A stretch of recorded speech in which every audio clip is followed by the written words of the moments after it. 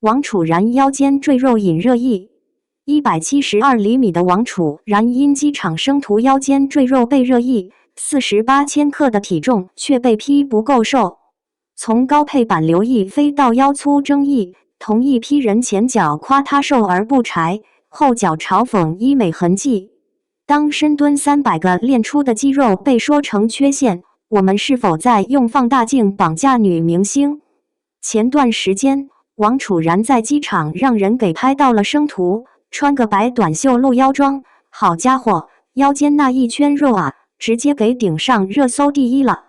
有网友嘴可真毒，说什么腰粗赘肉明显，可也有人不乐意了，说这身材多健康啊，总比那些瘦成火柴人的强吧。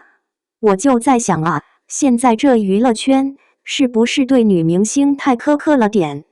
先说这生图的事儿吧，王楚然那天手里还拿张奖状，估计是刚忙完工作，累得不行还要被拍。你们看没看过她精修图？那叫一个仙儿，号称高配版刘亦菲，结果生图一出，网友直接炸锅了。有人翻旧账说2022年她就被批过腰粗，现在又成争议焦点，这反转比电视剧还精彩。要我说啊，明星也是人，谁还没个赘肉了？但偏偏有人拿放大镜挑刺，说什么娱乐圈这身材不够瘦，你们觉得这标准合理吗？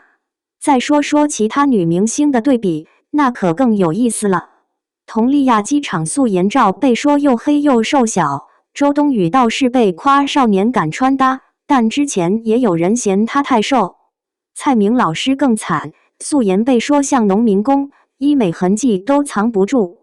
这年头，明星离了精修图好像就不会走路了似的。但王楚然这个案例特别逗，有人扒出她身高172厘米，体重48千克，腰臀比0.68，这数据明明很标准啊，可2022年和2025年评价居然能完全相反。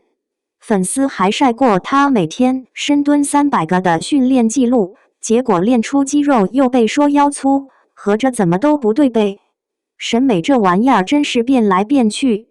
2024年王楚然回淄博过节时，穿个休闲装被嘲五官粗糙，可到了2025年，同一批人又夸她瘦而不柴。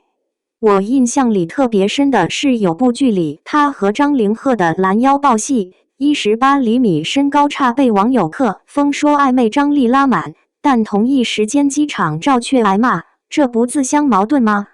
还有人说她早期像邻家妹妹，现在变大美女是包装出来的，可素颜照明明气色不好，纯粹是赶飞机类的啊。明星自己其实也挺无奈。王楚然有一次分享日常照片，结果被骂卖素颜人设，后来她在采访里说会难过，觉得普通照片被过度解读了。但更离谱的是代拍把镜头贴脸上拍未修图，餐厅吃饭都被偷拍，家人朋友连带被评头论足，这谁受得了啊？不过他倒也没摆烂，拍《大江大河2》时还专门学英语口语，提前到片场练台词，但网友好像只关心腰围变化。说到最后，我忽然想起周冬雨的机场穿搭被夸松弛感，王楚然却因同一类场景挨骂，这双标是不是太明显了？还有人说王楚然的曲线美是女性力量象征，可一有赘肉又嘲讽，合着美必须按固定模板来吗？现在争议点居然变成腰臀比0.68是不是整出来的，甚至有人借机推广吸脂项目，这跑偏的也太离谱了。所以你们说说看，当明星的生图和精修图差距成为必考题，到底该谁打分？是网友的键盘，还是镜子里的自己？